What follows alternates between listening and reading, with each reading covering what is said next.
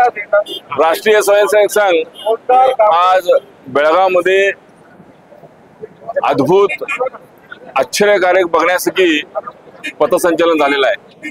विशेष करून राष्ट्रीय स्वयंसेवकाला 100 वर्ष झालेली आहेत आणि हा ऐतिहासिक दिवस बेळगावमध्ये बघायला मिळाल्याबद्दल मला वाटतं बेळगावातील सर्व जनता ही तृप्त झाल्यासाठी म्हणायला काय हरकत नाही। एकूणच राष्ट्रप्रेम निर्माण करणे, व्यक्ती निर्माण करणे, त्याचबरोबर देशाबद्दल भक्ती निर्माण करण्याचं काम राष्ट्रीय स्वयंसेवकांकडून होत असल्यामुळे विशेष करून आज आपण बघतोय फक्त नगरमध्ये एवढ्या मोठ्या संख्येनं स्वयंसेवक येऊन पथसंचलनामध्ये भाग घेतात म्हटल्यानंतर आज राष्ट्रीय स्वयंसेवक मोठ्या प्रमाणात स्थापन झालेला या देशामध्ये नव्हे तर जगामध्ये आहे। विशेष करून जगातली सर्वात मोठी संघटना मला म्हणायला हरकत नाही।